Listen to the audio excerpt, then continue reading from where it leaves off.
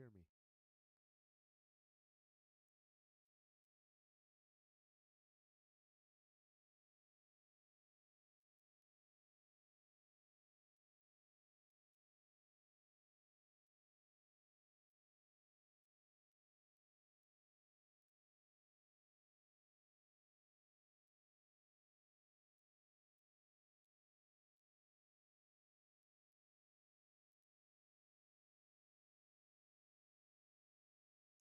Can you hear me? Can you hear me?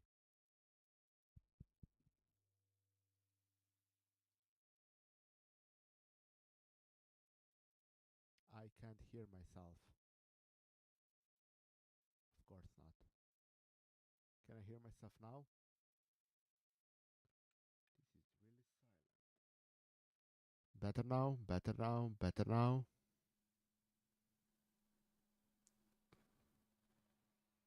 This should be it.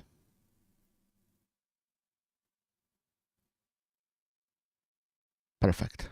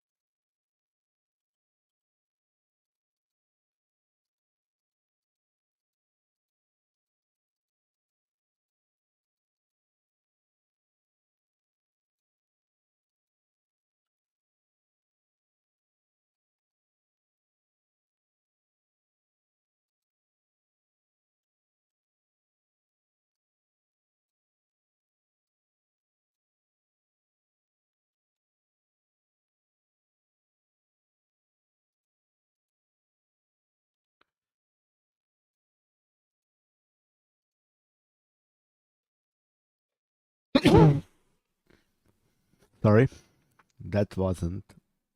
I didn't manage to hit the silence mute button at the right time. Okay. I think everything is ready for this.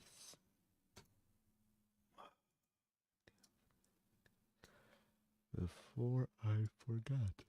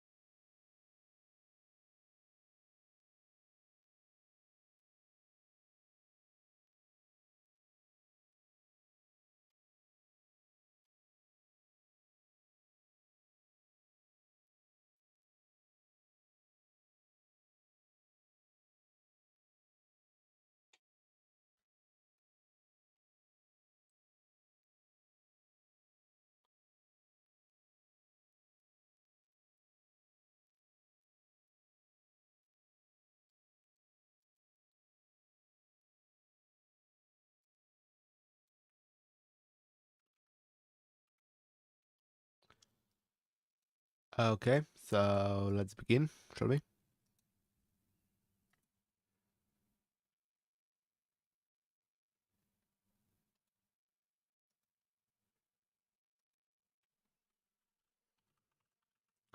So today we're gonna be talking about something called overlay file system or OverlayFS, which is essentially a way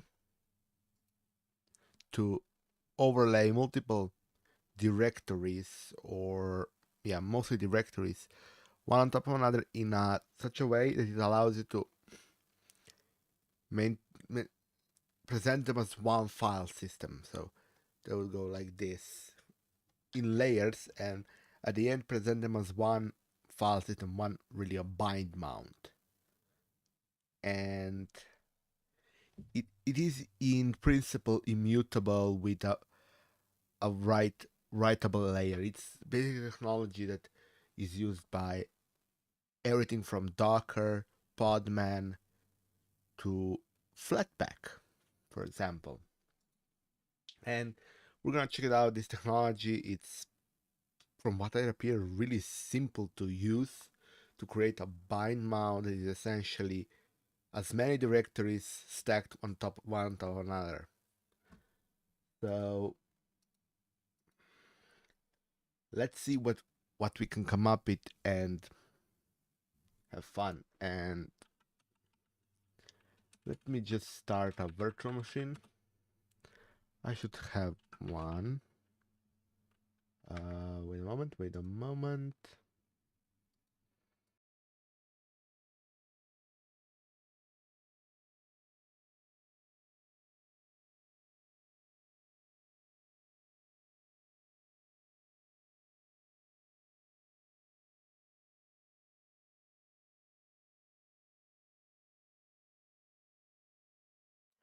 So hello everybody. So if you have any questions, comments, suggestions, or otherwise you would like to chat with me, I believe chat is over there or there.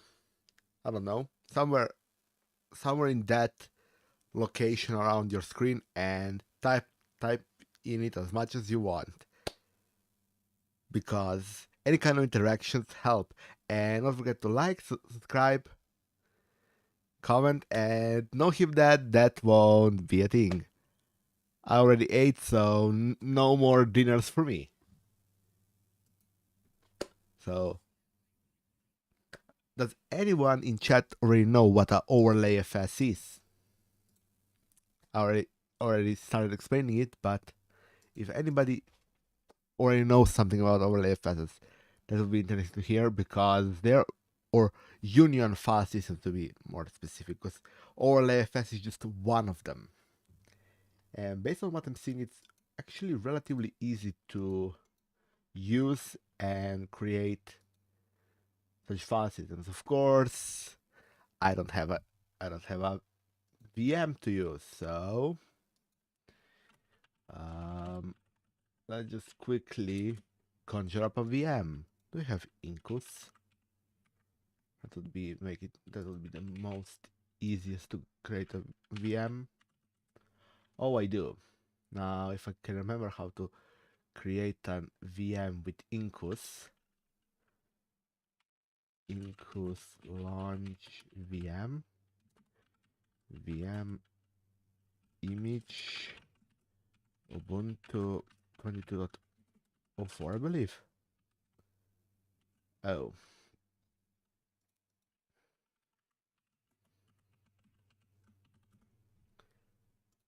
okay. Let's look at my screen, not just at me, right? There we are. So this is my terminal, as you probably already know. And let's create a VM with Incus. Incus is a replacement for what's its name, LexD by Canonical, and Linux containers with Canonical pulled LexD from Linux containers project, and they forked it to create this. Okay.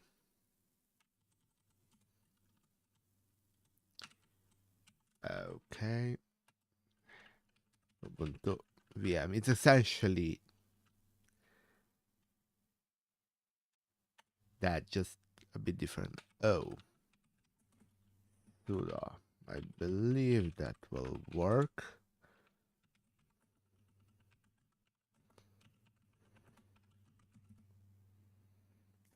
Really?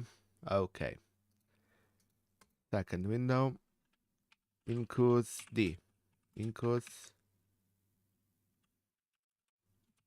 I know it used to work.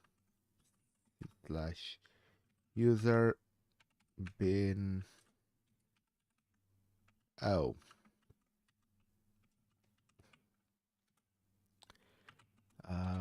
Locate incus D. Oh. Lib incus. Incus D. With a sudo.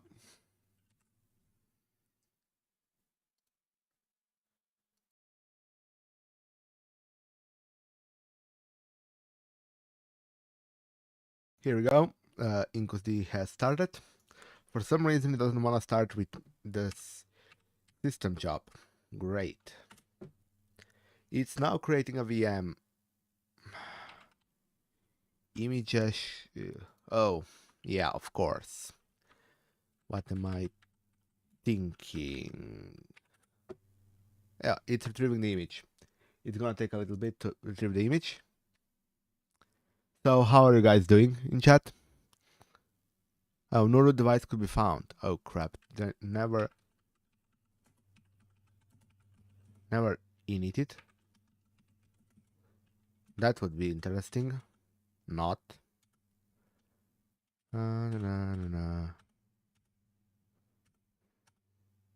There. Initialized.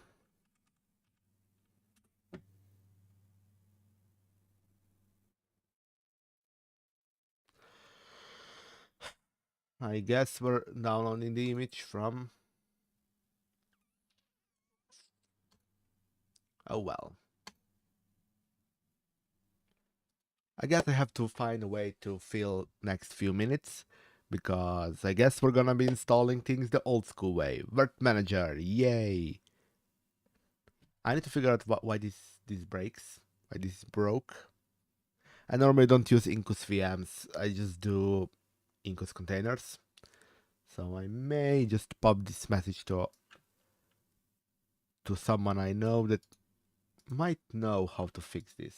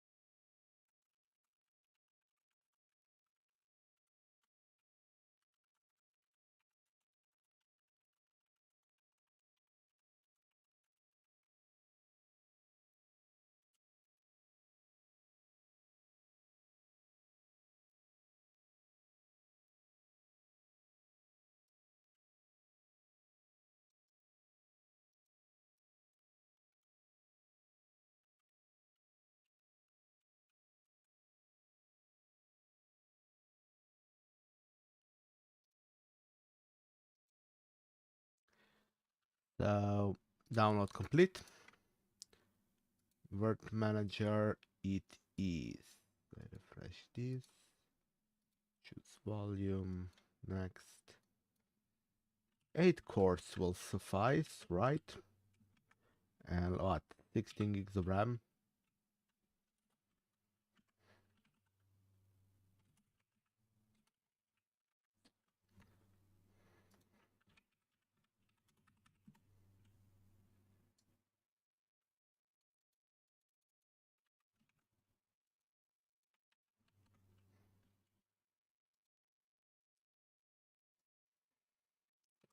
Thirty-two gigs of storage. Default NAT. Let's go with your standard UEFI. Now secure boot. Apply this and begin installation. So if you have any questions, again, chat section somewhere around here and type it up. I would like to talk to you guys right now that we're doing this installation stuff that is really not all that interesting or in the what the stream should be about.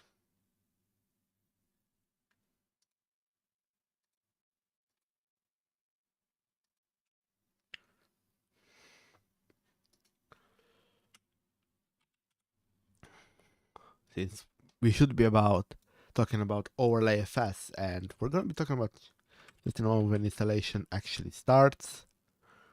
I'm going to continue to talk about OverlayFS and Union file systems. I have a bunch more to say, but I need to ensure that everything works before I do it.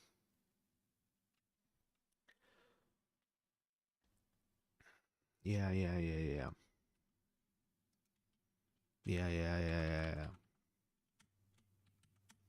Nope. This will do. Two.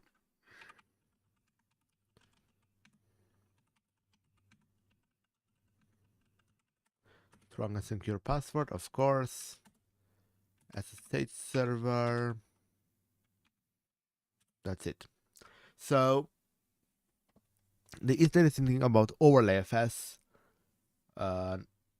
when we talk about it as an OverlayFS itself, compared with to many other Union file systems, it is kernel implemented, which means it has a kernel driver, and you can actually, all you have to do is run. You don't have to install anything. All you have to do is have a kernel, Linux kernel for that matter. So many of you, as Linux users, would just be able to use this. And why is this useful? So again, stuff like Flatpak uses them to enable a mutable layer on top of an immutable file system of a Flatpak. So you have, and to actually bring in stuff like certain directories and so on. You can do that with OverlayFS. And in many cases, with stuff like what I do, for example, you could, let's say, use OverlayFS to have a mutable or immutable config files, so-called dot files, and then on top of them have a mutable layer. Let's check that. Actually, we could check that out later and maybe even program something to do that. An idea? That shouldn't be actually that hard of a program to write. Any language will do. Rust, C#, Python, C. Of course I'm gonna do C#. Maybe. We'll see. But if you have any comments, suggestions, again, please type in chat. It actually really helps the algorithm, because more active chat is, more algorithm likes me. So chat on, please. We might have new people join us if there is more chatter.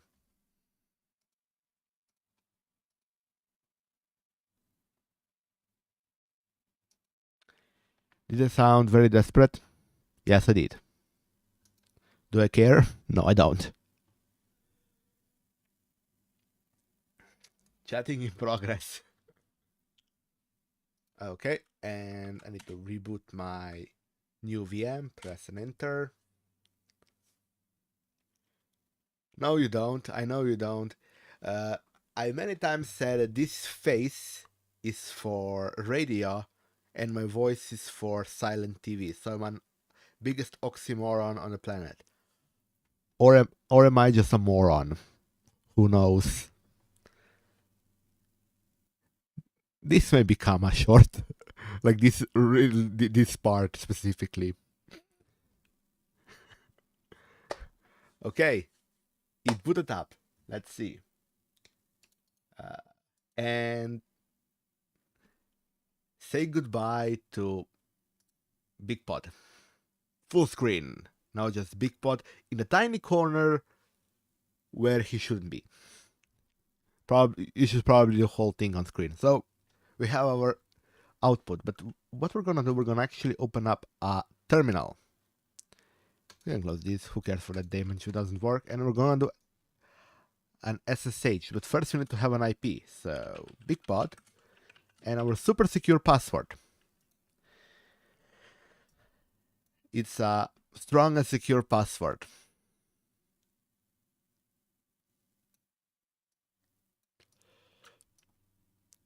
If you don't know how to create one of those, ask DistroTube, he will tell you. So now we have an IP, SSH 192.168.122.250. And it asks if this ED25519 key fingerprint is correct, which it is. I have no idea if it really is, but it is. And our strong and secure password again. And here we are. Ooh, we have 44 updates. Ooh, ah. We can close this window and full screen this. Now, to start working on overlay file system with OverlayFS, all you need is a command, specifically a mount command. And on the second monitor, I have open a really not okay website because there is no dark mode. ArchWiki. It's blue and light blue, almost white. It's a horrible website. When it comes to looks, information on it, it's pretty damn well good. So, to quote them, OverlayFS allows one usually read-write directory tree to be overlaid onto another read-only directory tree. All modifications go to the upper writable layer. The type of mechanism is most often used for live CDs, but there is a wide variety of use cases. Again, like Flatpak use them. Docker images are built of many layers. And now we have to smoosh those layers together into one, and so they appear like one file system. Each layer specifically makes like one discrete change to the file system. So I have to smoosh them together into one file system. OverlayFS does it, or there are other drivers as well, like AUFS and so on.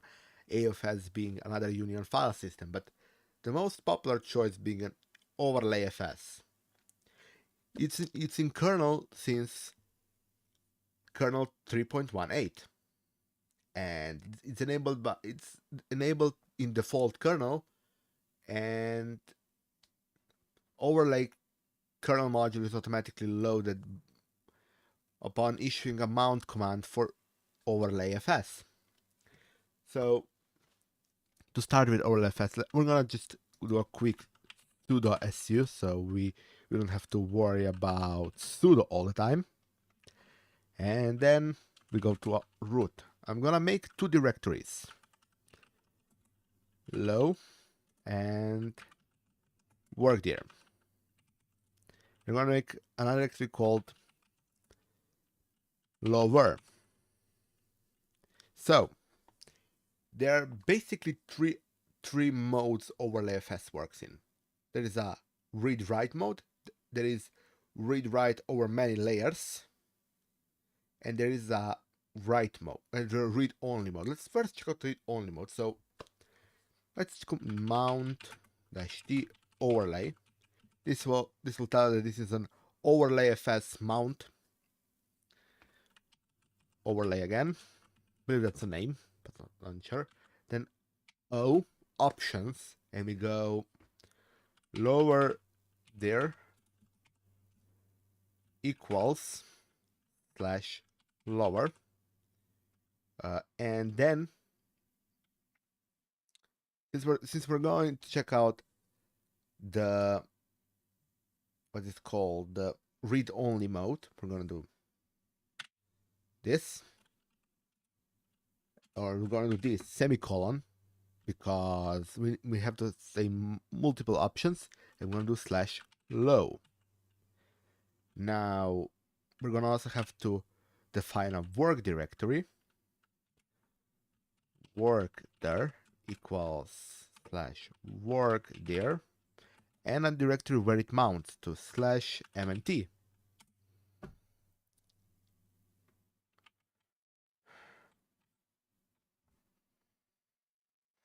Oh no, semicolon. This. There. Now, if we go to /mnt, that is empty. Why? Because we didn't actually do anything in low and lower directories. So let's exit out of here and do a umount of mnt. So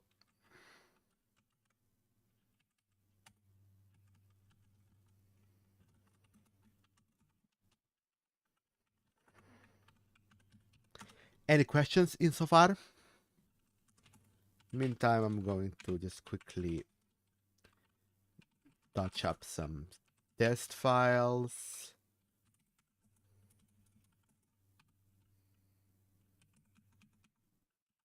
I don't know.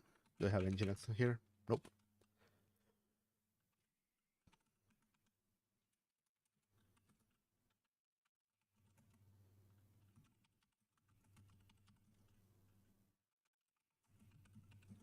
And we're gonna put some text into this test.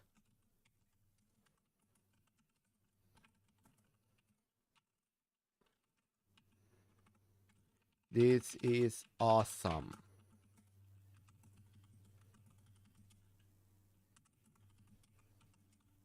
And now we're gonna go into low, and I'm gonna just do mkdir cool, mkdir test, nano cd test, nano test. Now we're gonna also add a file here, some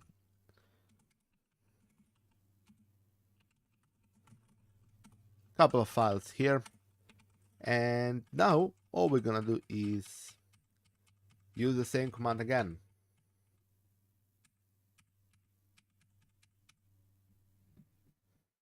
What happens with your screen? Keep that. So this command again, and you're gonna see the positioning and the lower there.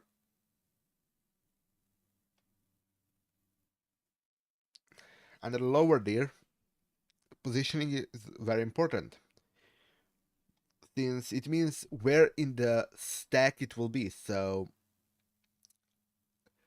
lower it is, more left it is, or first it's written, as far as I understand.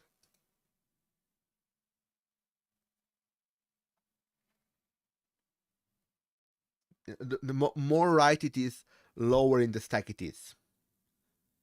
That's the. So we're gonna see that in a second. So let's go to /mnt. What do we find? We have all the files, but we can't create another directory. It's a read-only file system. Let's read our cool test. This is awesome because it's in a directory that's leftmost in our command. Now let's turn it around.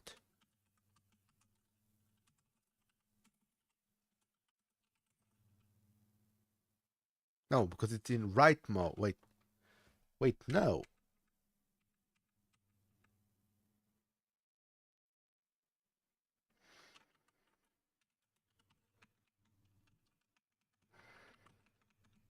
Is it just me or is this wrong? Yeah. Oh, yeah. Leftmost, it's higher on the stack, so it means it is more likely it is actually going to appear. So higher on the stack it is. So let's see if I can find something to draw like GIMP on my file system. Nope, I don't have GIMP. Do I have something to draw? No, I do have a new terminal, but don't have anything to draw. Good. I am unprepared. You are unprepared. Flatpak install GIMP.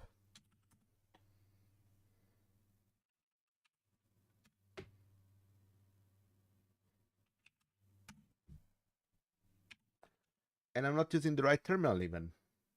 I should be using prompt. The right terminal I should be using is prompt. Terminal emulator. Okay, we have GIMP. GIMP. There is. GIMP is starting up.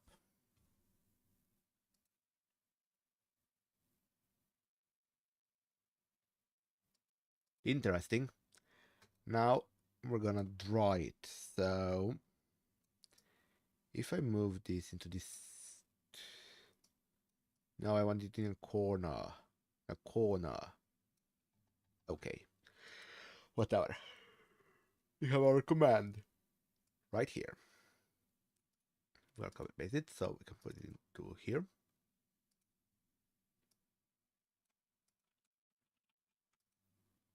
On top here we have our command. Now if we just figure out how to draw things in GIMP. There. Okay. Here we have our command. Mount-t overlay -o lower dir, and since we have our lower dir, this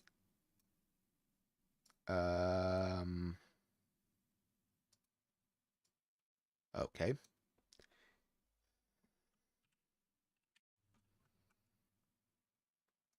This is our first layer. This is our low layer. If we draw a line, this is this layer.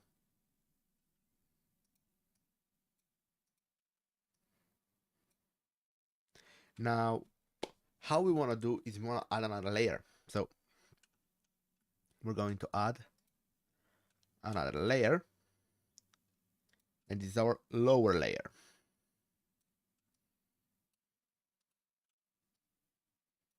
This is our lower layer, and the reading of the layers happens from here to here, from down to up. Now, if we want to add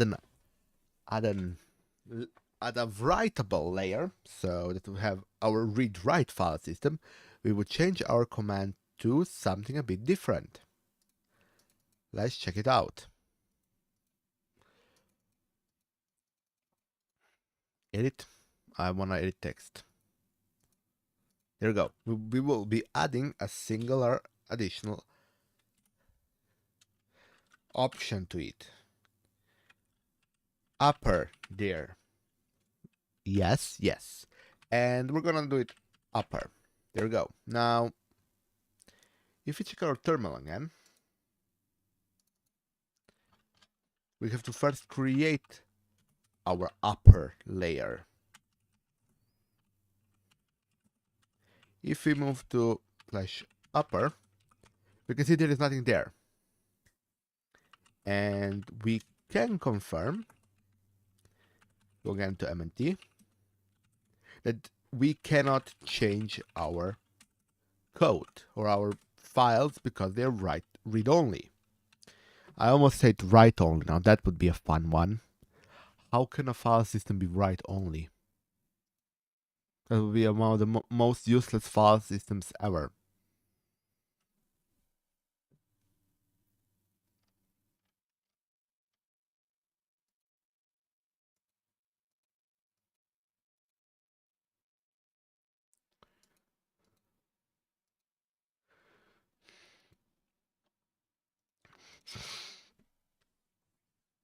Now we're gonna change that command, as I said.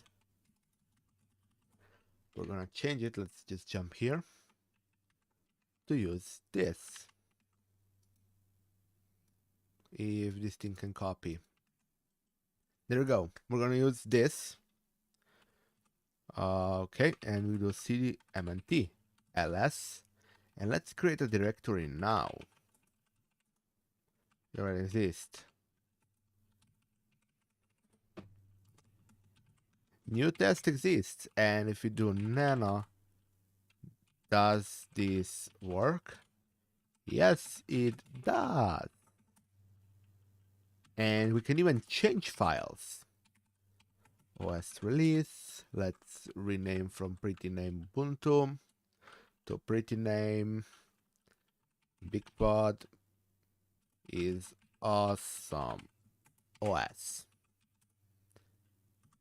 And what you would know, if you look at our lower layers, so lower where OS release exists, if we get this OS release, it still says Ubuntu. Even though we changed the name, and we can even confirm that,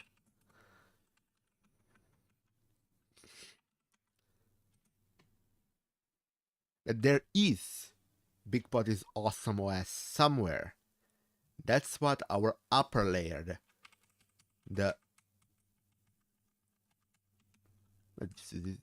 this layer, which I'm gonna just draw for you, this third layer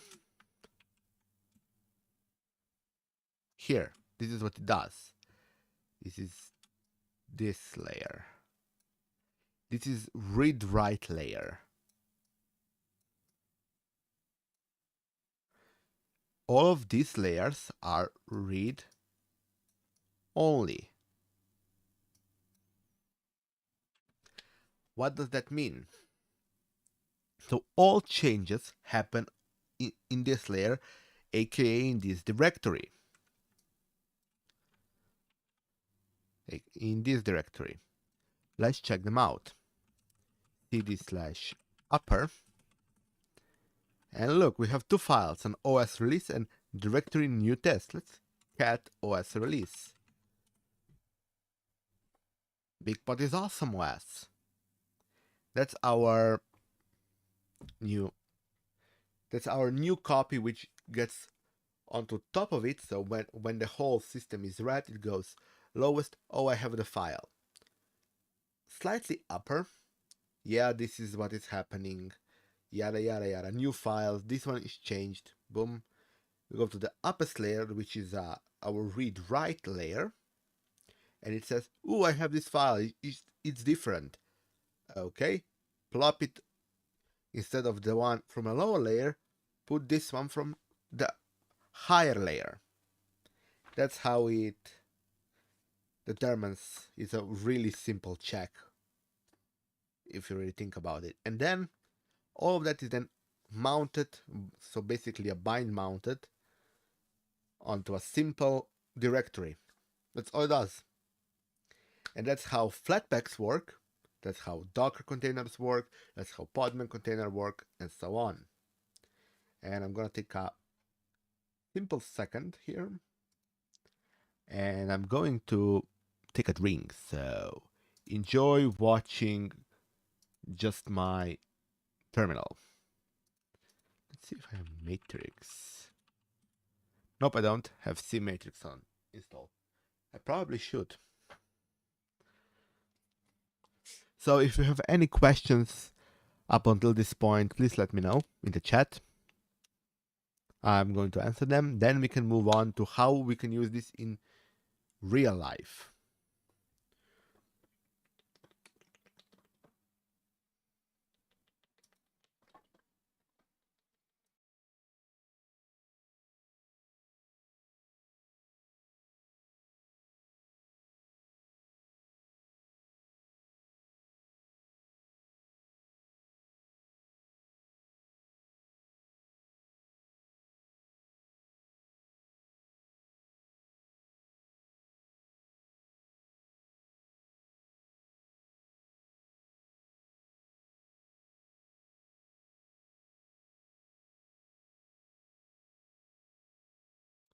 Come on, don't be shy.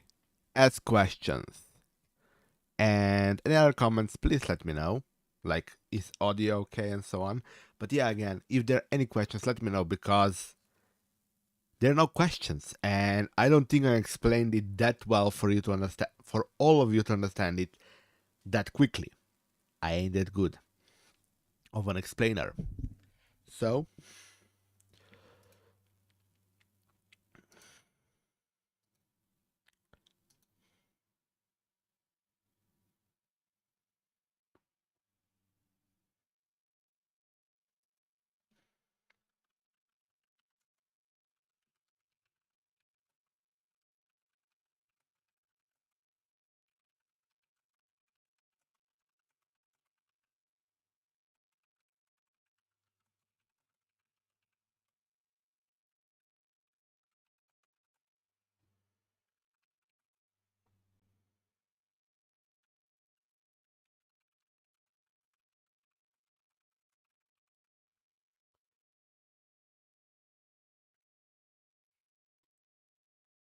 I also got myself a fix for what was wrong with Incus. I'm not gonna be implementing it right now, but afterwards, probably, maybe, hopefully. So let's continue with a more real life example. So still no questions. Come on, don't. I know you have some questions because I ain't that good. So spit them out. I'm gonna answer them and then we can move on.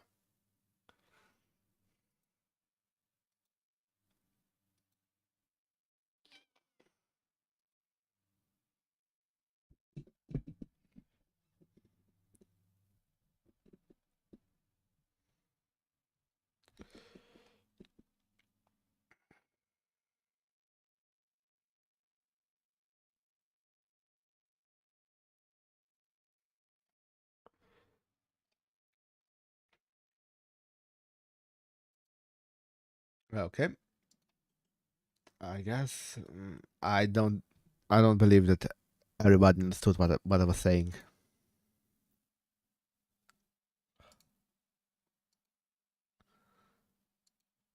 I think you're just not saying it for the sake of not saying it.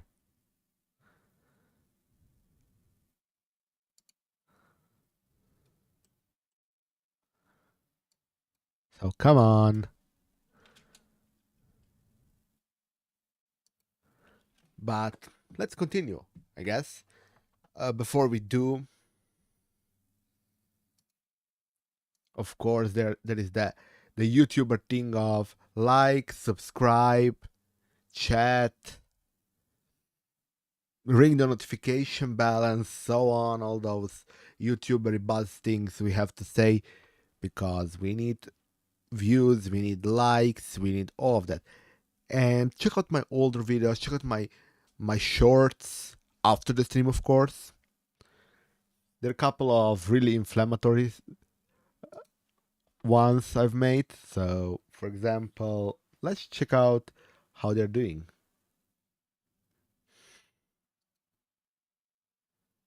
I'm gonna tell you how they're doing. My most inflammatory short titled "My Negative Opinions About Programming Languages Part 1" with 98 views. 2 likes and 2 dislikes as well. Did pretty well. But 0 comments. Let me drop a link in the chat so you can open it up and check out later.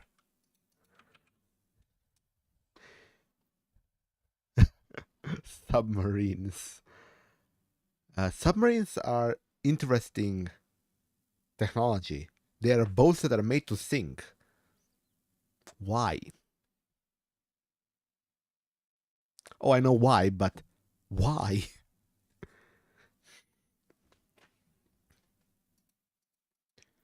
So we have 18 minutes.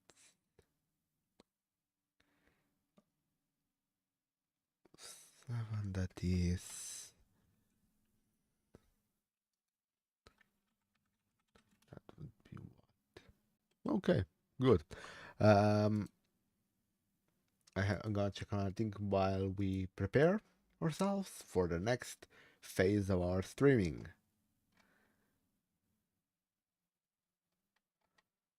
Okay. Doing just okay. I need more subscribers. That's my problem currently. More subscribers are needed.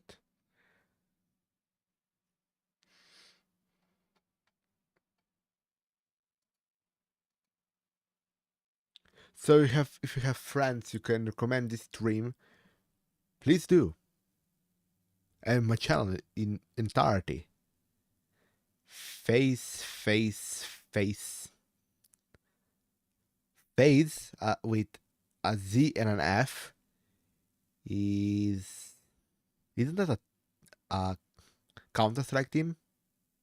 Face with a PH is something in English, and face is a face. This, the ugly thing on my head.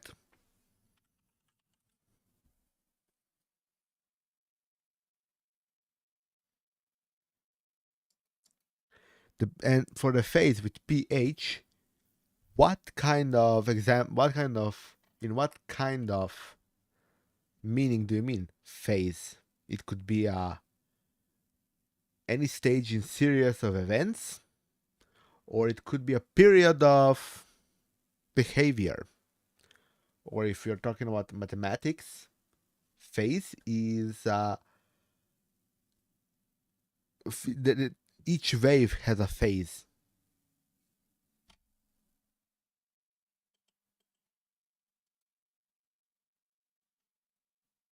Phase control, huh? I don't know what that would be.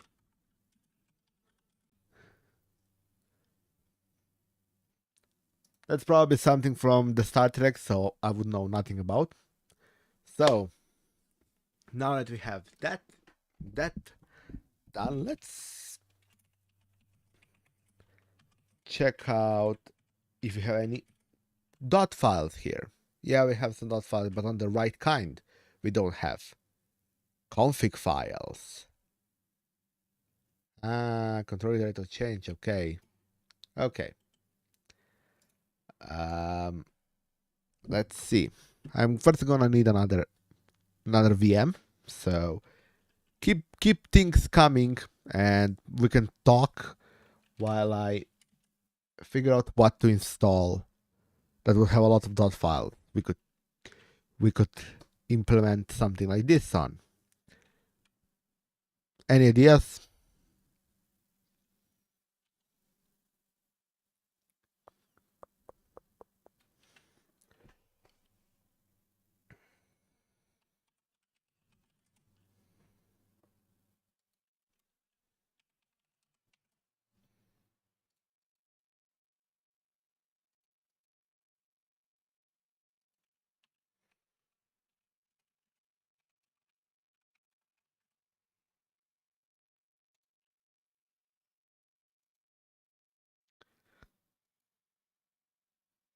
Actually, that doesn't matter for now. Let's first open up Visual Studio. Yeah, I don't need this for now, nor this. We're gonna actually new window it, and we're gonna all we have is a single window. And we're gonna go here, open folder. We're gonna create a new folder. There, other locations, computer, var. Where is source? Source. Oh yeah, this won't work. Let's go here. Source. Sorry. And we're gonna simply create a new directory. Let's call it. What should we call it?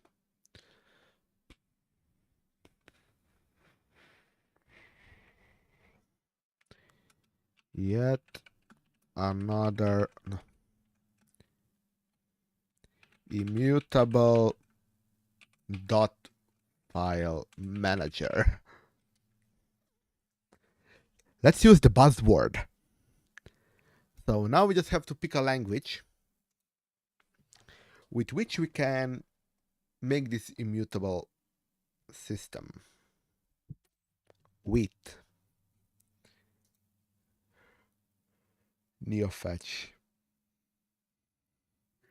Yeah, if you wanna know. NeoFetch. I don't have it. Of course, this is a VM.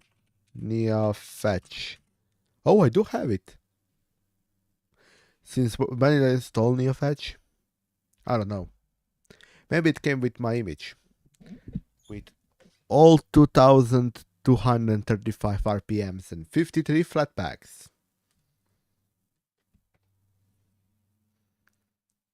And 8 gigs of used RAM out of 64. Yep. And 24 cores on my Ryzen 9. 12 of them are threads, but yeah.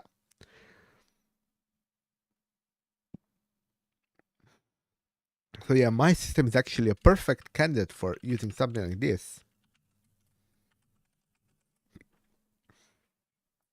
I have crap ton of this stuff. But first let's write the program. So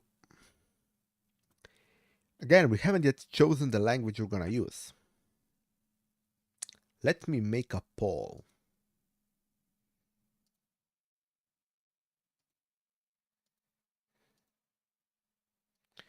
Um,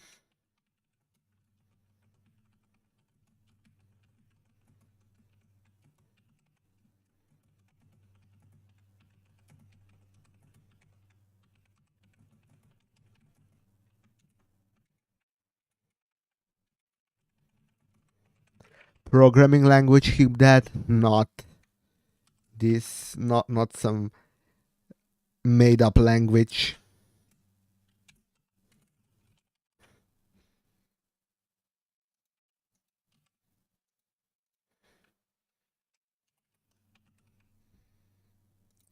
YouTube only allows me to do 4 items per.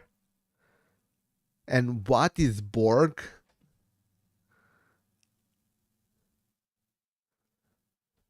Again, YouTube allows me to create 4 items for a poll, so I decided to do C# or Python, or let's go with Go or Rust. Gonna start it up, and if you do not choose right, I'm gonna choose different. So choose right, and keep on chatting, and I'm gonna take a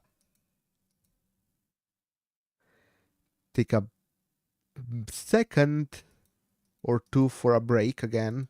In meanwhile, you'll be helping by picking a right option in the poll that is in the chat window at the top of the chat window.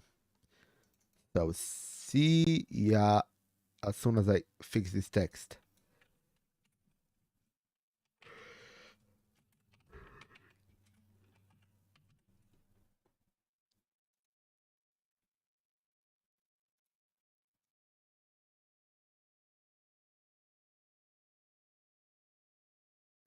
Again, pick right, don't pick wrong.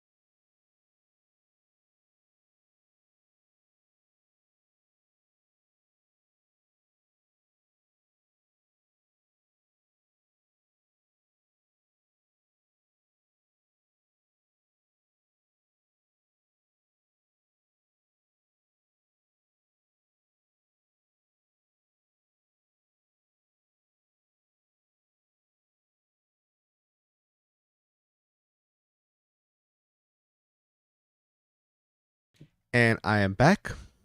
Did a few exercises to remain better and maybe even have no problem hosting this for another 3 to 4 hours. Of course, that's not how much time we will need, but let's see what kind of choice you guys have made. And I see the choice you have chosen is Python.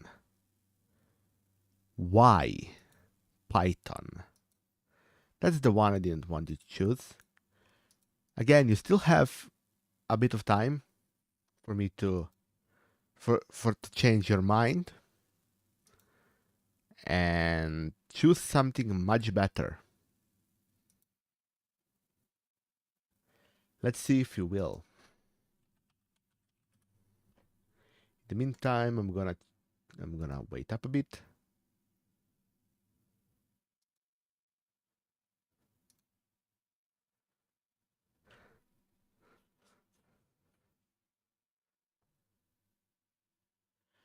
And the race is on. We have one choice of C#, one choice of Python, and one choice of Rust. Now we just need someone to pick Go, and this will be an... No, I shouldn't make it in all of them. I'm not insane. I want to make this a sustainable project, not a... well, that.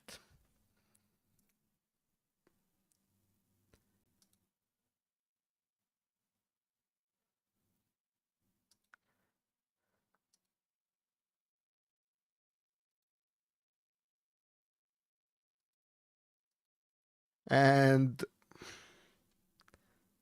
yeah, now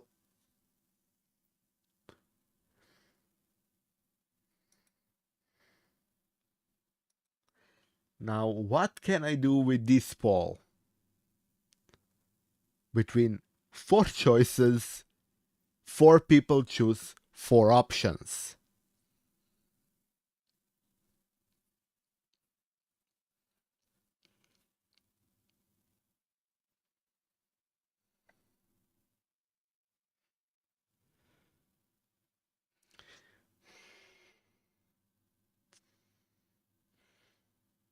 Come on, someone else, please pick something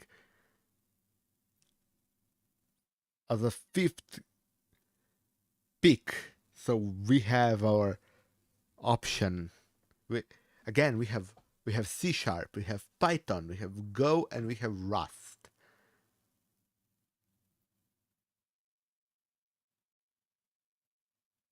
Please pick something good.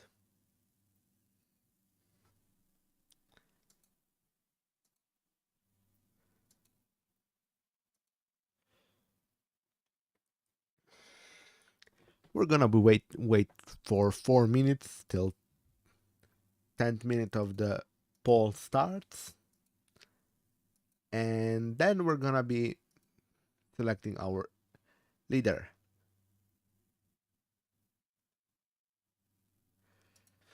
I'm really bad at Rust, but I barely know it, but I do know it. I can say that.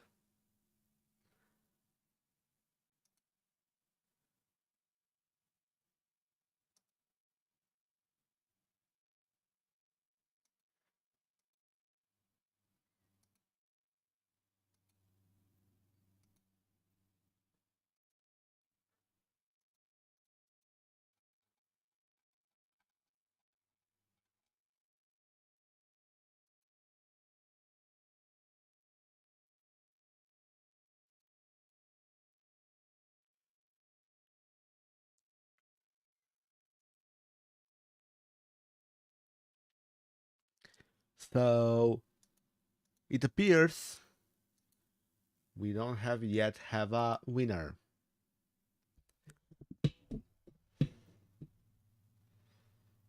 But then again, The deciding vote stays with me. So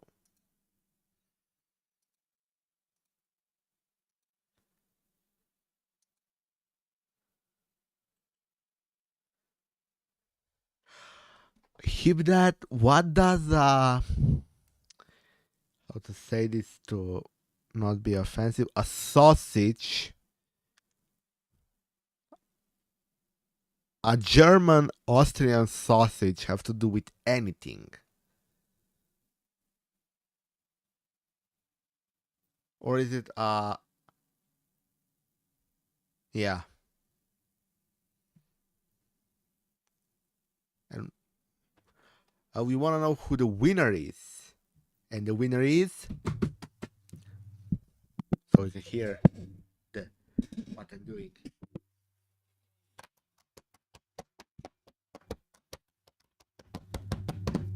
And the winner is, you won't guess it. Actually, I can decide. Let's end this poll. Let's start another one. Yep. And now we have only 2 options remaining.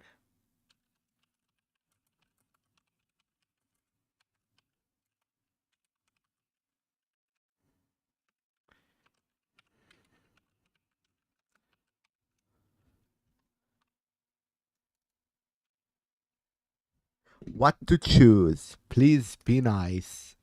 Rust versus Go. Pick your winner. Currently with 0%.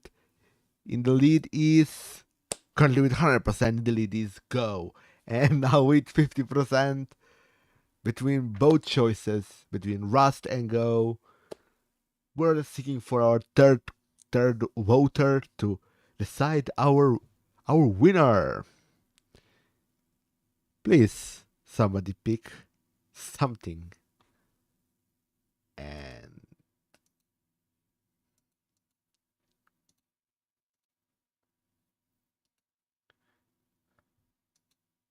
in the meantime, I'm just clicking around, waiting for somebody to tell me who the winner will be.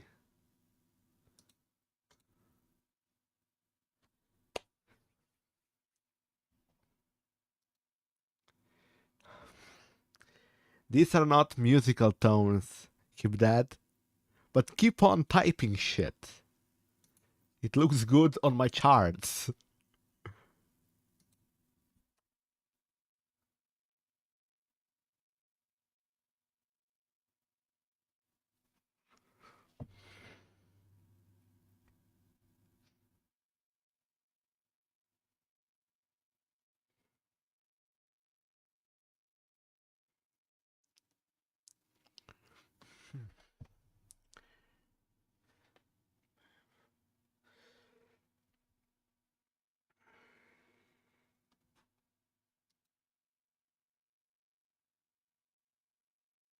Shiznits. What is shiznits?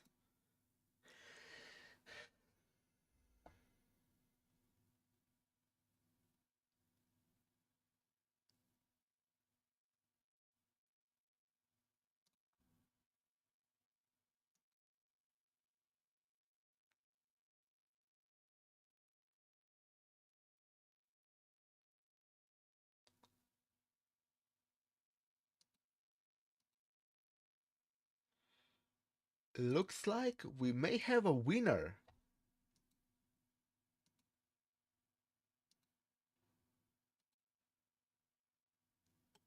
And we're gonna wait a single minute before we announce the proper winner. So we're at flat 10 minutes past midnight my time.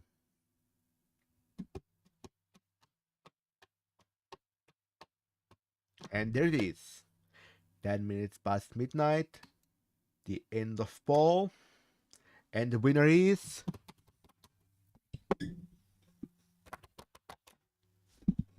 Go with 66% of votes, which by my calculations out of 3 votes means 2 of them.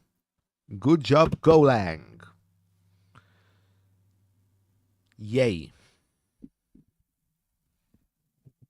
whoever decided to just pop in for that vote, not a fan, but hopefully you say something in the chat.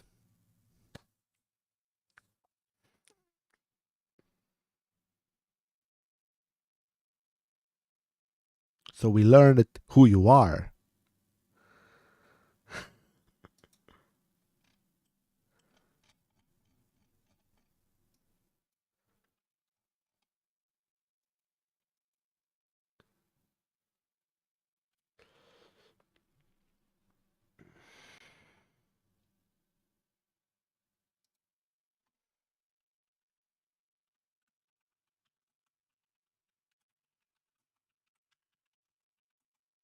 I'm relative with Go. I know how to write it.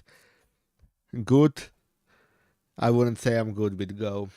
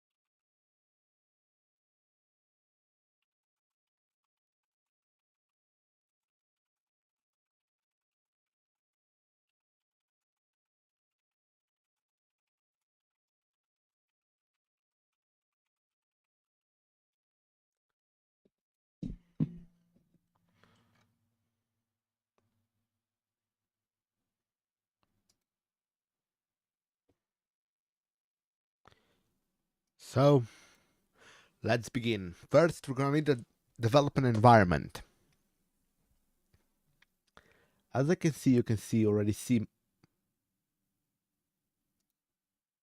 my VS Code. Let's produce a development environment for Golang. For that, I'm gonna go into one of my registries and search for Go, which I have here. What I have to do is pull it using command here. I'm gonna have to log in, so you go off screen and you here podman login.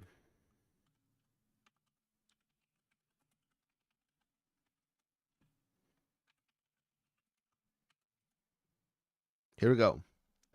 I am logged in. We can repull the image. It is pulling. If you're gonna have any questions, or you already have any questions, comments, suggestions, so on, let me know in the chat section somewhere on around here, somewhere, and I'll let you know the answer. And now we're gonna just do podman run it dash name Golang, and we're gonna plop you on here. And we have our Golang environment. Now we're gonna just remote, we're gonna select this one. Boom.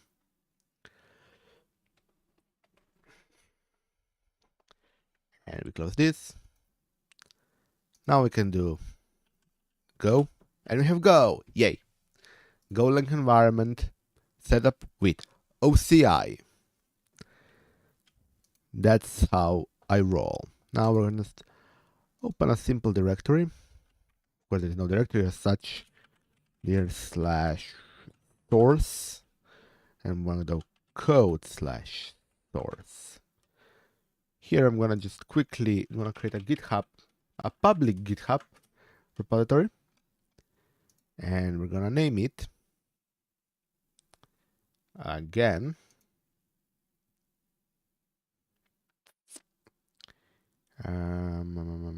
projects. Nope, in here, new repo here, new repo.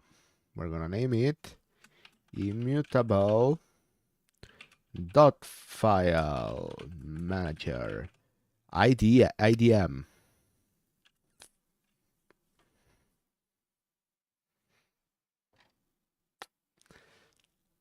A weird name for this point, but yeah, immutable dot file manager. Here we go. I'm going to just do a quick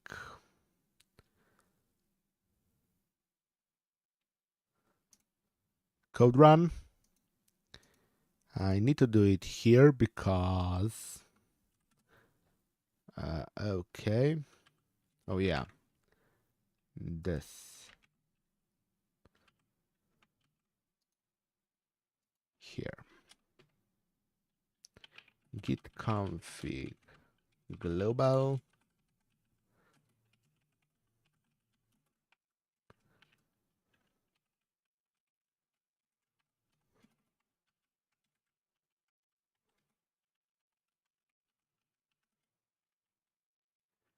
and name.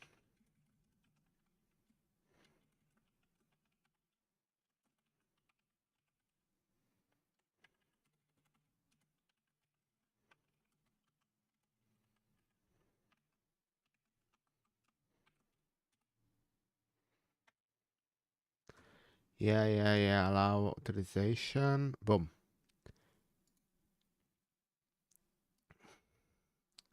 If you want to check out our new repository, we should have a README. You can check it out in the link found in the chat. Go check it out. This will house our new immutable file manager, which in future might have additional features. We'll see, and we might actually develop them right here on stream, in next streams. Or I might develop them myself. There are a few things I would like to do, so we're gonna see. Now we have our repo. Close this, open this, and here we go. We're gonna need to do go init. We're not going in the go help. Go mod init, possibly. Yep. Go mod init.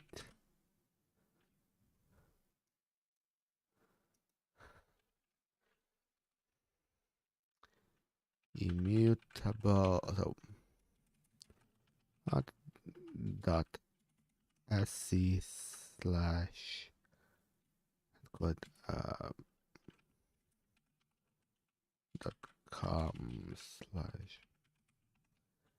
slash mutable dot file manager. I believe it is the link, correct? Yeah. Here we go. Here it is. Yep. Now we just need to create a singular go file. Main.go. And we can begin. So go extension by go team at Google. There's some files that are missing that I want to install in future in this. So here they are: go PLS, go tests, go bullshit, and so on.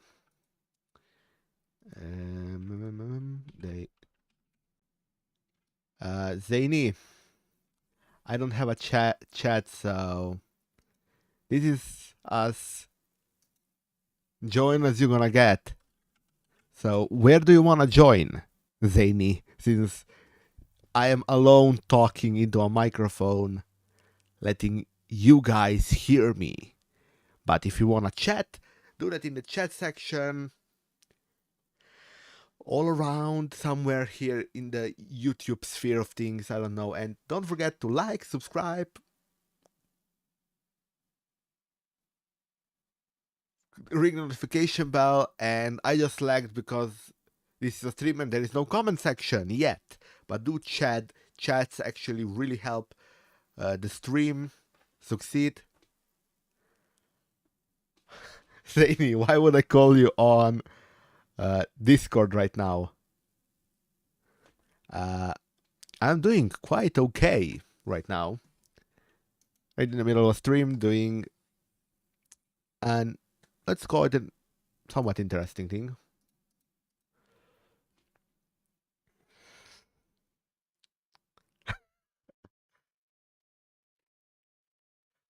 Good that you addressed that problem. Now let's begin. What are you missing here?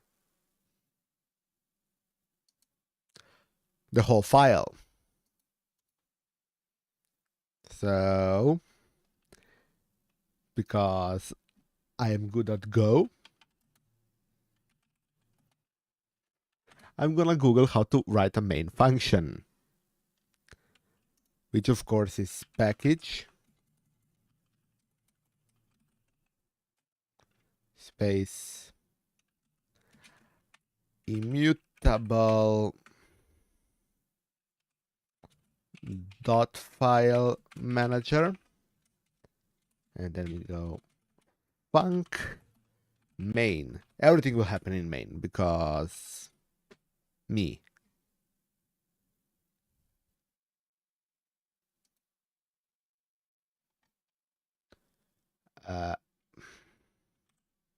There. This is what you wanted, right? Okay, main func is unused. Why is main func unused? Does this need to be main? Oh. Yes, it does. So, let's begin, shall we?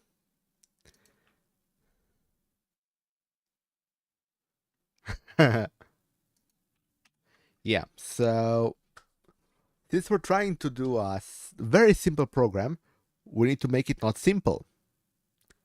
So we need to read a JSON file first, because why not? Well, we need some configurations, of course. How are we going to know where to point our new OverlayFS and where to get our new OverlayFS stuff? Of course. So we're gonna begin with a simple definition of our new JSON.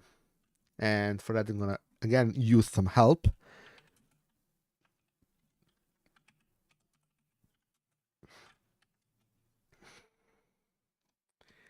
By the good old people there is somewhere.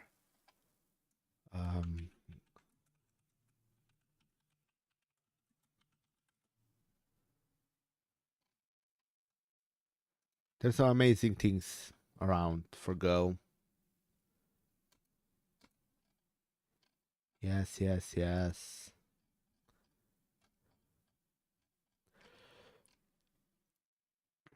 So first we're gonna do a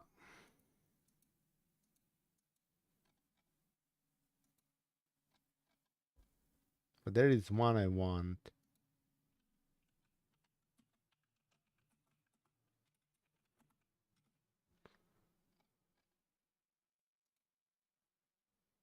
Not this one. There is one I want. This really nice. Is this one? Yes, it is. Go by example. I believe this one has JSON. Yes, it does. Nice. So, yes, no, it's not unionizing. I'm going to be making a a tool to make union file systems, or to make a union file system that will be doing config files. So instead of having dot files on your repository, all you do is create a, I don't know, a OCI image, so a Podman image, a Docker image. You push it onto a registry. You place into your config file in your home directory a link to that union that image, it pulls that image down and smacks that and combines that file system in that directory, in that single directory that comes from the image. It's going to combine it with another image that will be a mutable layer on top, and this will be a 2-layer OverlayFS, which we're going to just simply place where your normal .config file exists. And for that, we're going to use OverlayFS, a type of union file system that is part of the default kernel, and it's used by things like Flatpak, Docker, Podman, and so on to create the amazing things that we can do with layers. This is going to be a layered way to do dot files without having a Git repository, because I always hated how we just push to a Git repository our dot files. So I'm making another dot file manager just by my ideas.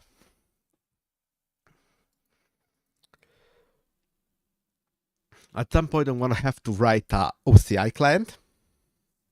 So that will be an extreme. Let's first just point it, let's first make it do basic unionizing of 2 directories plus a write layer and be done, right? But we need to first read a simple and very important config file. So that would be by using a type of config, which is a struct. And here inside, we're gonna do name. Okay. Let's just do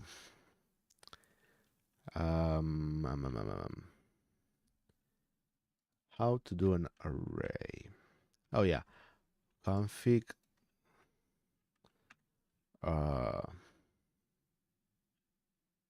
int locations, and this will be an array, and I have to learn how to do an array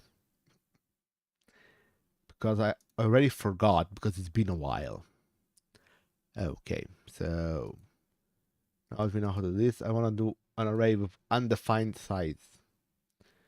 Locations. Now I'm going to another type of location. Struct this of store of local of DST location, SRC location. Both of these are strings, and they also have a simple additional annotation of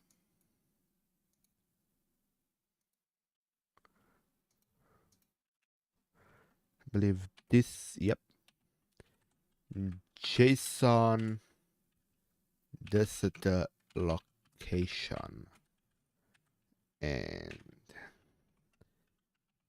JSON SRC location. Now we have locations. We're gonna do location. That's it. And this is gonna compare they were never used, which is ironic because this one was used. And then we just do simple. First, we need to read the file. So our go by example, which you can check out here in the chat, link is in the chat. It's an amazing learning resource, and the last time I wrote Go was a year ago, so it's been a while. Reading files. And here we go. We have our files string. Okay, yeah, file data error colon equals os dot read file, and we're gonna point this file to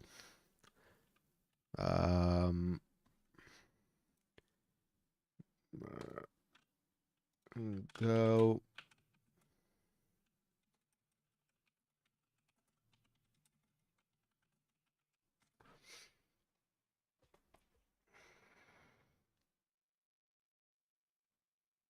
so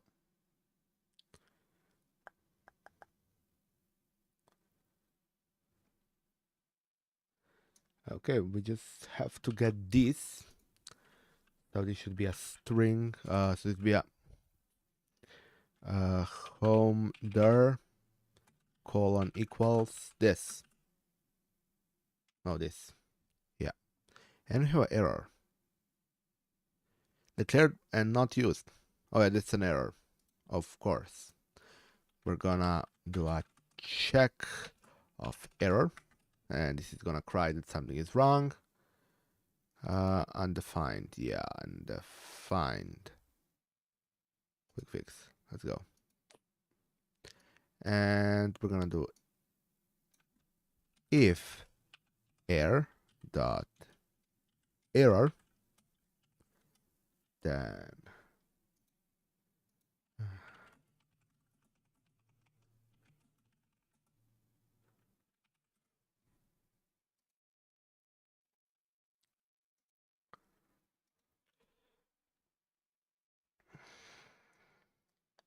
oh, error equals nil. Yeah, I should have thought of that. Equals nil. Then move this here. Pumped dot print line error. That's it. And file data will be file string. Oh no, actually I don't need file string. I can do that later. Home there is fmt.format string, or is it fmt dot, yeah. Now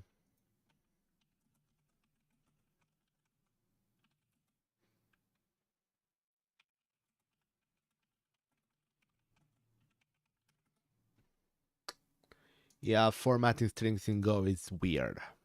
I know.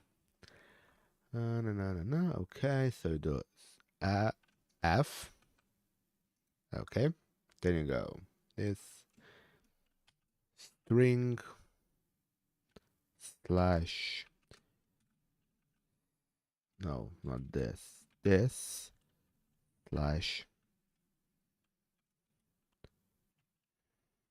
dot dot dot file I dot file dot JSON. And here we're gonna do home there. And home there complains because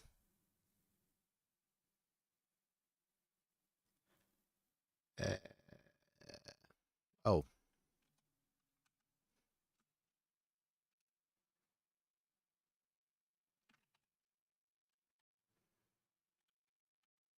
there. And now all that remains is file data, which we're gonna just use for unmarshalling. So unmarshalling, aka this is how JSON calls deserialization. So we're gonna do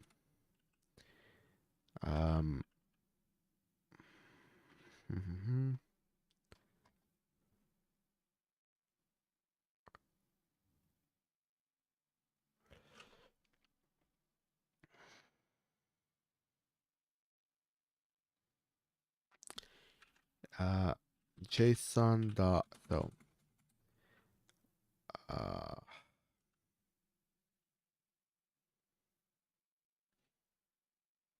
oh, res, so this will be conf colon equals config this. I believe this is correct. Then we do JSON dot unmarshal. Then we do a byte array of file data. And then we just put a pointer apparently to conf. There it is. That's it. That's apparently it to get our that to that. Okay.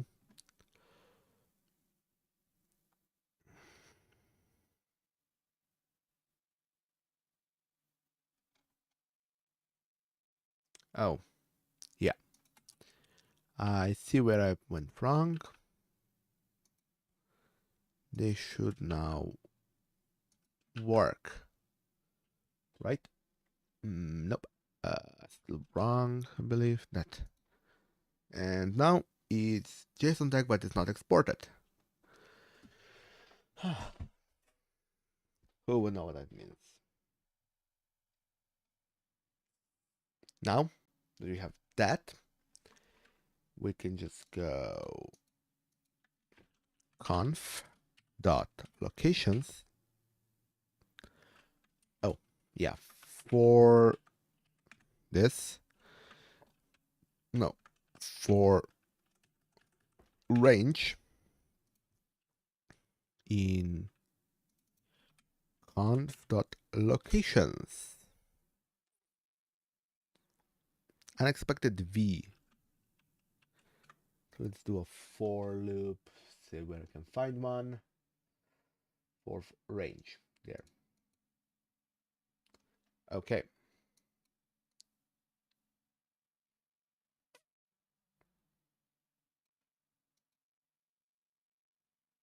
For loop. Here we go.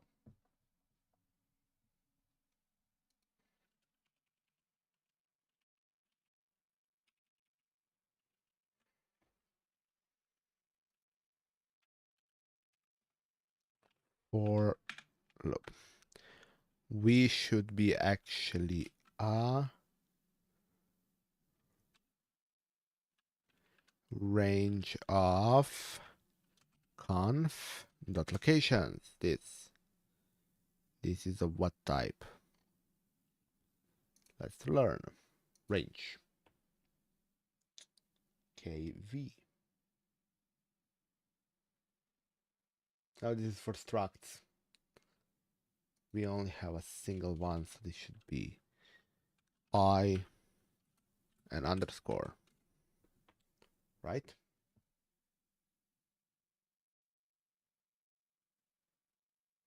I think this is correct.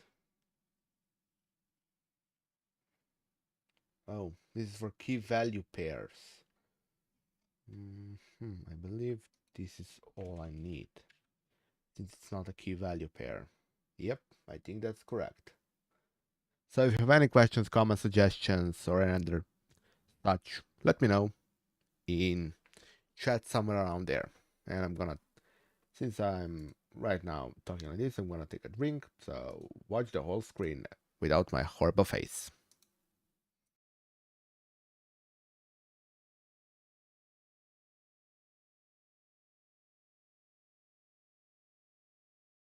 Question mark, what, Hibdad?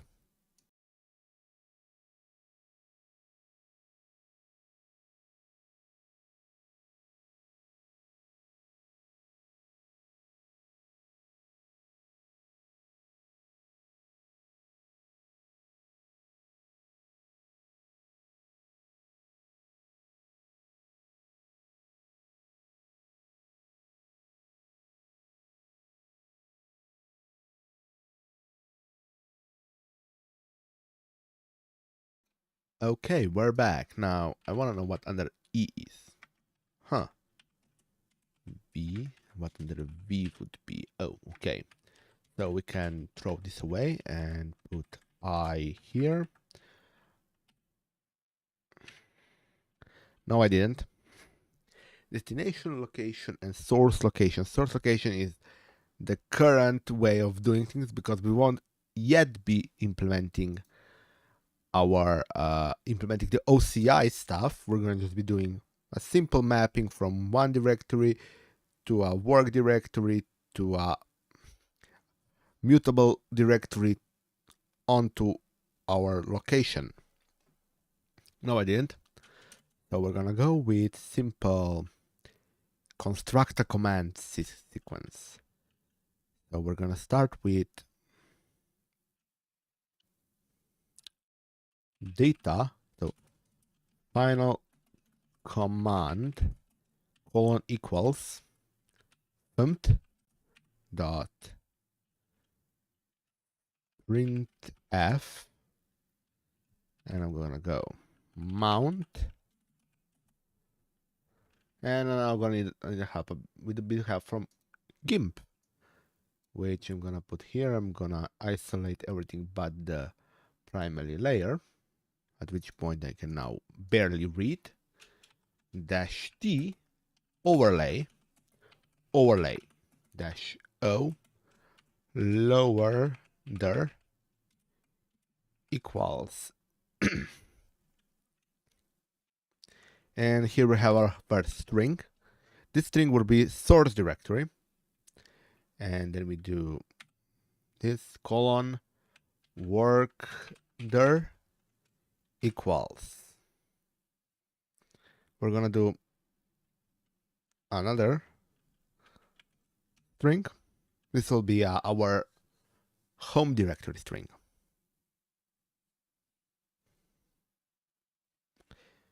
Because then we're gonna go /.local/ let's call it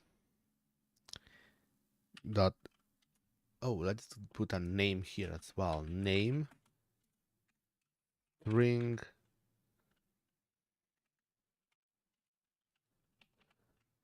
JSON name. Then we're gonna do another one of these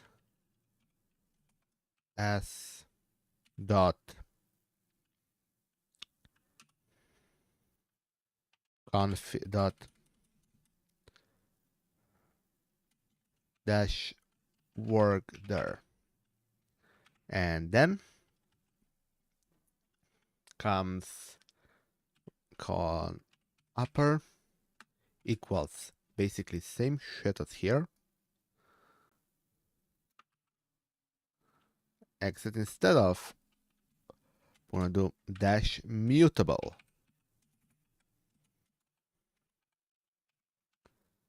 and the point of where to do it, which is this slash s, because source location is already there. Now,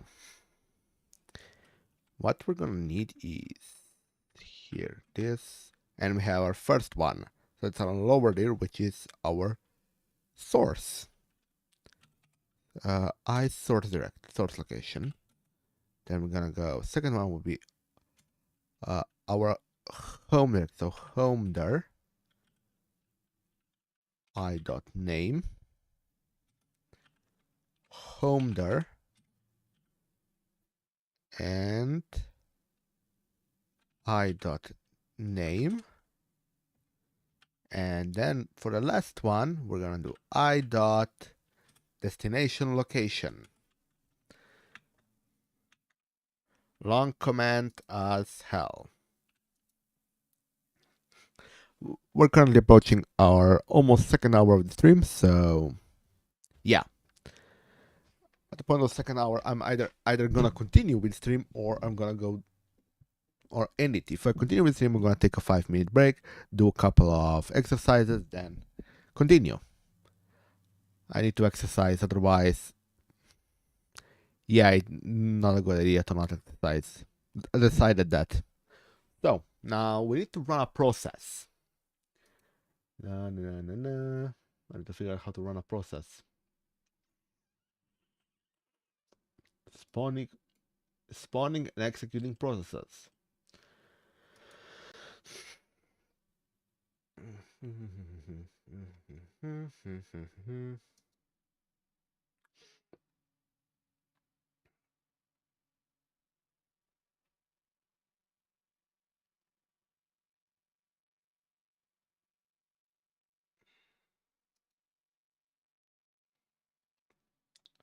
So apparently that would be with exec dot command, and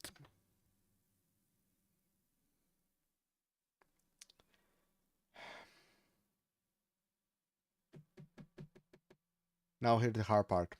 Apparently it should be not that like that. Apparently this should be mount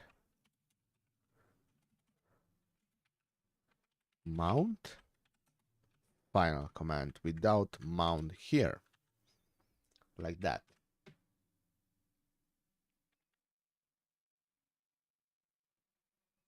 And then we do, oh yeah, comma x colon equals, and then we do exit dot wait. This will wait for it to be over. Now let's do a test. First, we're gonna need to create our i.files.json. cd. This is our home directory. mkdir.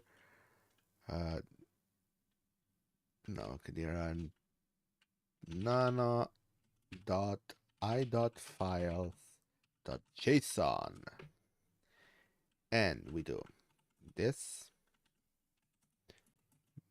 Then we do location colon this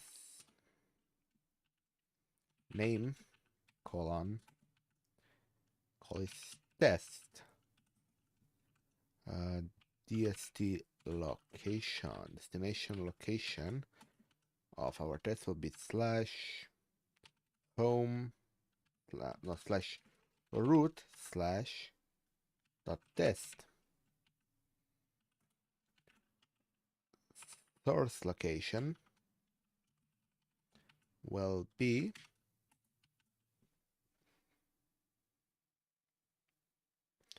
slash root slash source. And here we go. Oh, I forgot something. I need to wrap this in this. This should work. Now all I need to do is open our terminal and do go run. No go files listed. Go run main.go.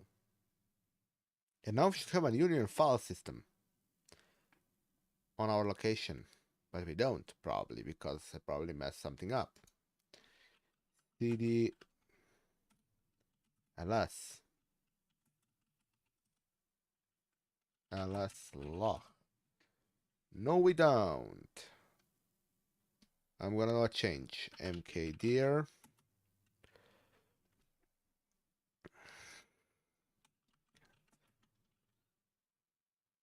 I dot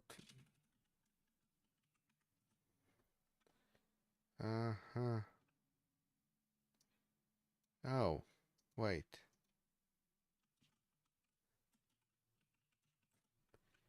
mkdir dot test. Source location is mkdir source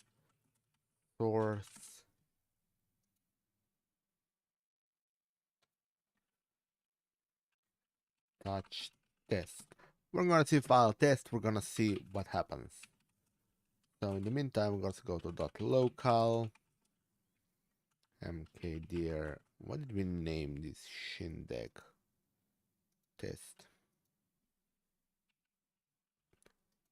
test dash work there and test dash mutable. Let's try it again.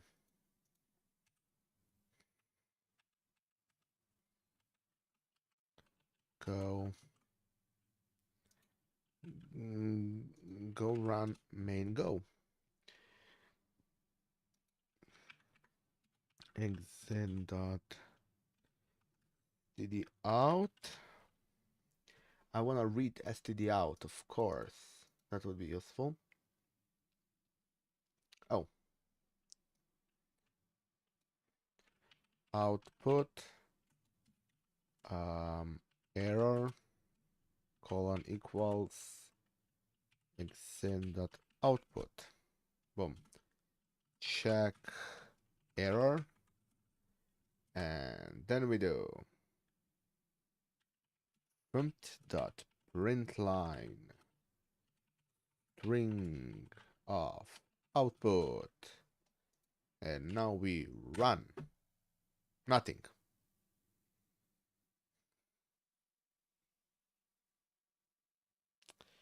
Why nothing?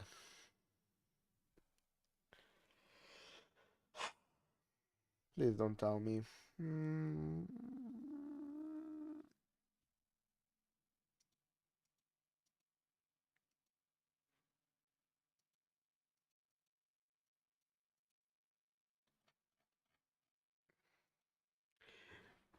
If this doesn't work soon, we may just take this and switch to another better language. Maybe. Or I might figure it out in between streams, because why not? It shouldn't be that hard.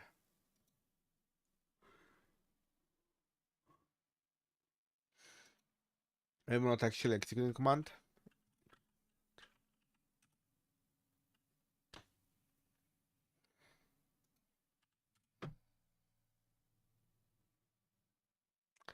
Already started.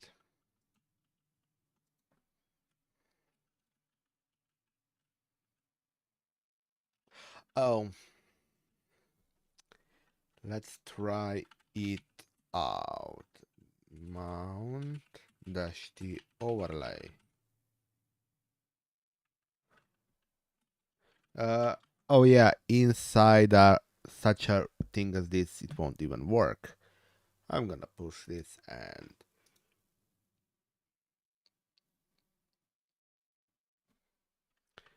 first push.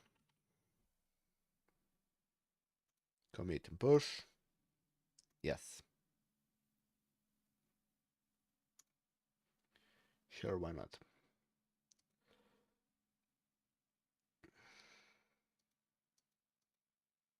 Everybody, go marvel in the excitement of the new open source project, immutable.file manager. In the chat, you have the link. You can go, if you have GitHub, go throw a star, a follow, and you may see this evolve from a small to a big project. And thank you everybody who gave me likes. Now it's 8 likes. Wow. If you're watching this, say hi. Don't be afraid. And I'm gonna try and do some more coding, because apparently there are a lot of people watching. Before I'm gonna take a drink. So camera goes off for a moment because my throat is very, very scratchy for some reason.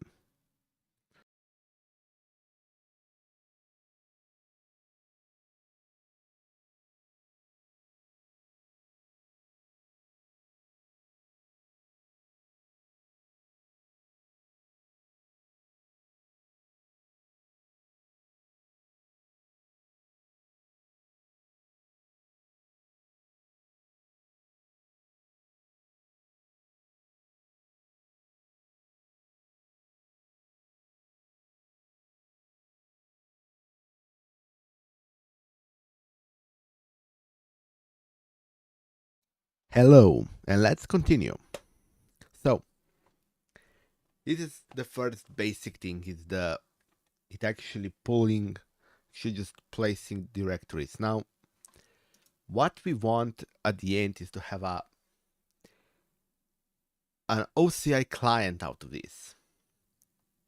So let's see what we need to actually pull images down from an OCI repository. We need a lot, so we're not gonna do it. I'm gonna tell you right now. We're gonna be using other things to do that for us. For example,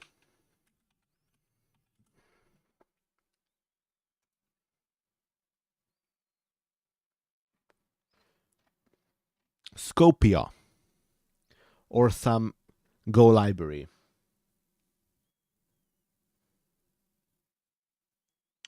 Let's see if I can.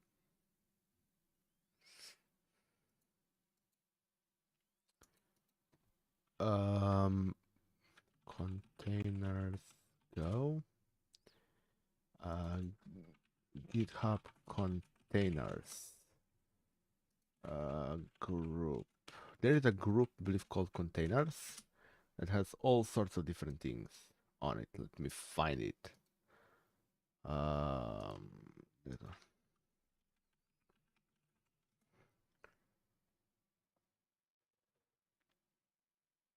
Containers owner. Boom. Yeah, here. It's the one that has Podman. Work with container images. This might be it. Let's see.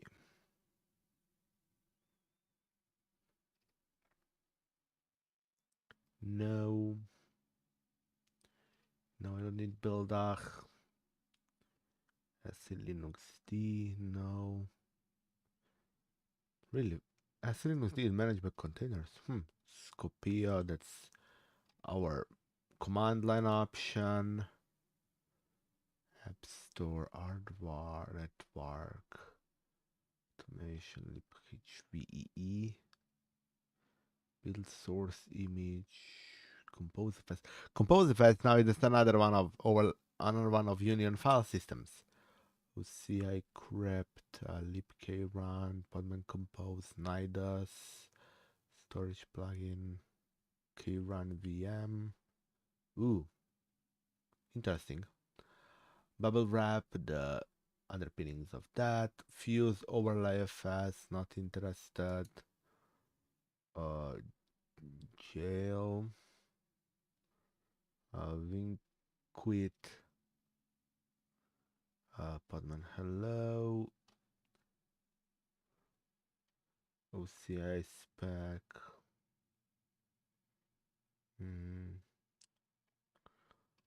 Contain RS. libtrust. No. Quadlet.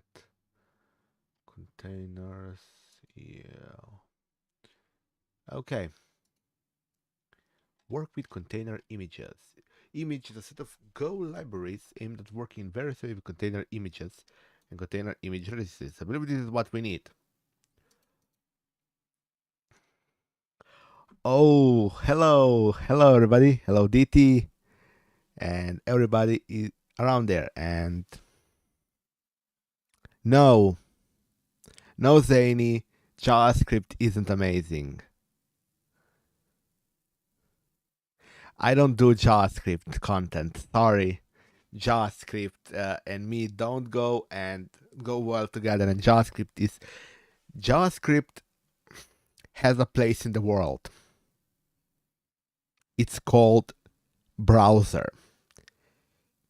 Don't put it anywhere else. It wasn't made for that. JavaScript for that reason is a single threaded. There is no multi-threading in JavaScript, which is already a problem. There is pseudo multi-threading using async, but it's actually all happening on a single thread. So there is no actual real asynchronous, or that's actually the wrong word, multi-threaded operation. So having two threads work at the same time. That's not a thing in JavaScript. Rust is a proper language for low level. It has a reason to be in a kernel. It is memory safe, better for any kind of such operation as kernel than actually C is. It's slightly less lower level, we'll see, but can do things in much safer way. It makes memory leaks and such crap a lot harder to achieve. And I don't think there is actually many more languages beyond C and Rust today that are actually worth being included in kernel. Stallman can learn any other language he wants to actually go.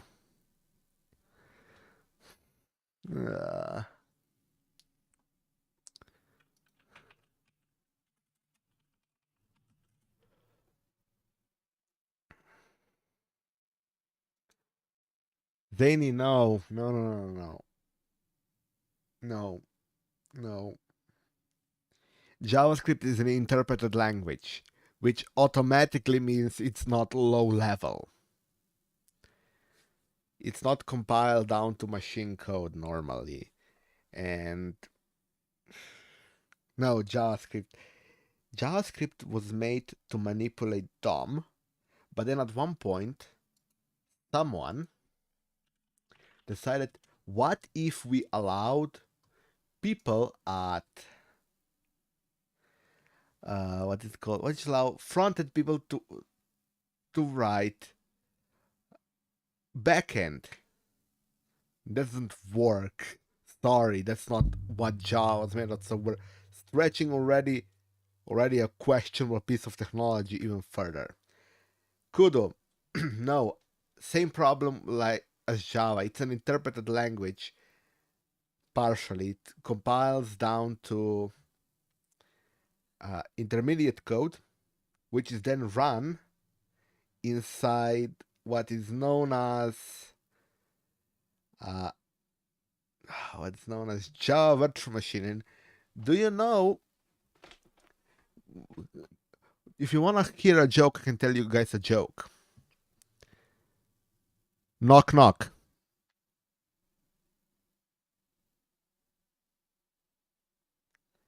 Someone type who's there.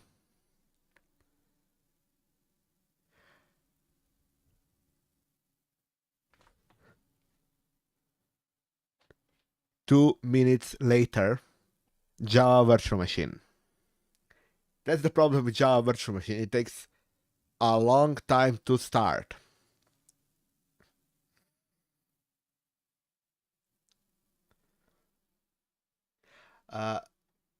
Cry Oxen about TypeScript.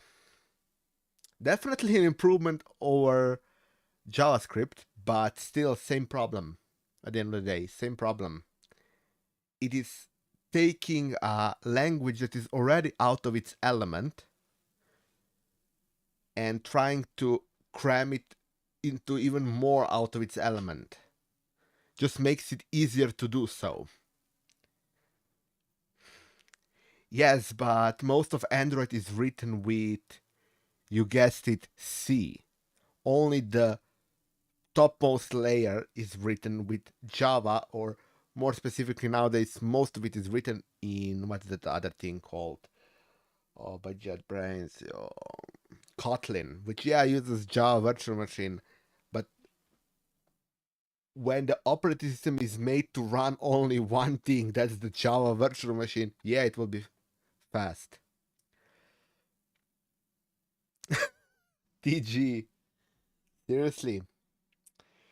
TypeScript isn't pointless. It's in the name why TypeScript isn't pointless. Types. Strict typing is a very, very, very important thing in languages. Everything should be strictly typed. Well, that's a problem. Because they don't actually have strict typing. Full names. But in my opinion, everything should be strictly typed. It has to be either strictly string, or strictly int, or strictly whatever initialization says it is, because that's normal, because you can initialize it, but once it's initialized, it can strictly be only that type unless you dispose it, then it can be again, and that name is freed up again, and it loses all its values. But yeah, now I believe this is what we want, because Skopje uses this. So let's implement it. Now, this library ships as a Go module. DT is not. And you are trolling me right now. And apparently you're a moderator in this chat, I didn't know that. But macOS isn't the best OS for development. macOS is the best OS for certain people, yes. For those that are currently at this point because Linux batteries suck. Batteries on Linux on laptops suck. Those who are for a long time away from wall, stuff like, I don't know, traveling.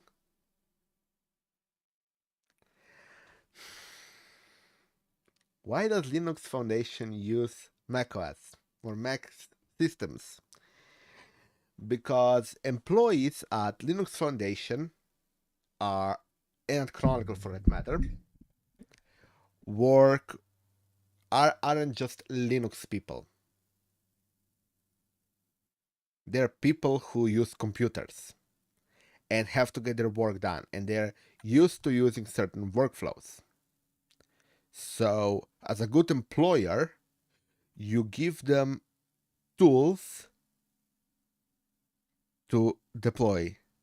TG, this isn't actually a file system. This is a already existing file system called OverlayFS. It's in the kernel already from way then 3.18. I'm just making a tool that will make it easier to automatically take a directory and make it have a OverlayFS. So, for example, if you want to have, I call this tool immutable.file manager. If you put dot files into a Scratch-based OCI image, so OCI image with base image Scratch, it's an empty file system. You take that kind of an image, you add your own dot files, you place that into a directory, you place that image in directory, then you just run this tool, and it at startup replaces your .config file with that image content with a mutable layer on top. So it is like the actual basis of it is immutable, except it has a tiny layer, which is another directory, that is mutable. It's actually the best way to manage dot files, in my opinion. No, yes, you are. Essentially, you could actually do that if you really wanted, but it would not work very well. Yes, you're giving it access to your entire file system, yes. Technically, you could containerize it, but it wouldn't work very well at that point, because OverlayFS is OverlayFS. It's kind of like taking any kind of dot file manager, you have Yadam or whatever it's called. Now just take that Yadam away, put my tool there, and have it do whatever you want. You could even have immutable Etsy files if you wanted. Why not? AKA everything should be. Checks and balances will be put in there, of course. I'm gonna later on, when I actually make this tool serious, it's gonna get a giant disclaimer: do not use this tool. It's in very early development. Keep that in theory, yes. In practice, who knows? It's NixOS. It's useless and doesn't work very well.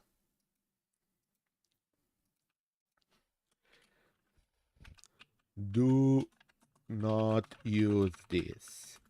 It's in extremely early development.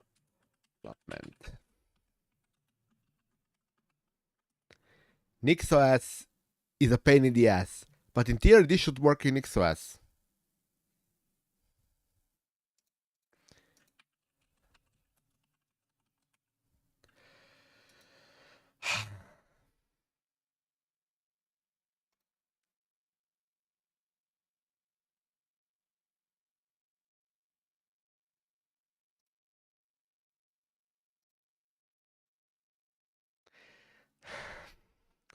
It's Markdown, DT. It's Markdown. Kudo. I probably shouldn't have used word useless, but it really closely approaches that because it has horrible, horrible documentation, and like 90% of things you want to do, you can't do unless you are either you talk with people, do a crap ton of research, because their documentation is that horrible. Or at least last time I checked it, it was that horrible. Maybe they've done things to change it, but I don't believe it. Because it's Nix. They had 20 years to do it. Zany, maybe after the stream. I'm probably gonna finish soon anyway. I'm gonna just push this change.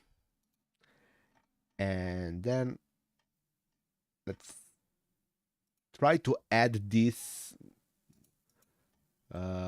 containers, what do we call image, to our thing. So first we need to figure out how to add it. I hate this. Ships that go module. Very useful.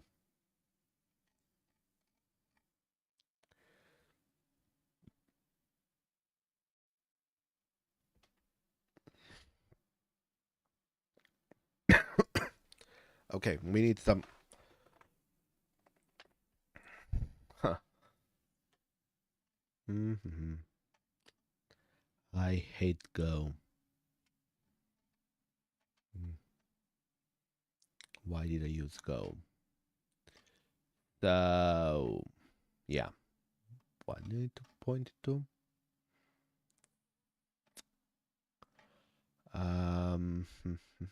Package. We want. What do we want?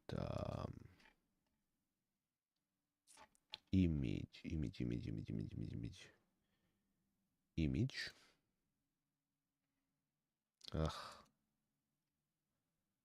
Package. No. Yeah, but the next time I'll figure out what we need and we'll talk about it and do everything. Okay, so I guess this is the parsing. We're going for 2 hours 50 minutes. We did good. So let's do this. Thank you everybody for watching. Don't forget to like, subscribe, comment, and hit the notification bell. And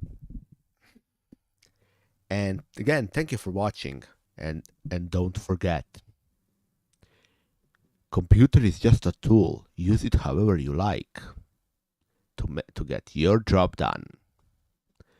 Thank you and goodbye.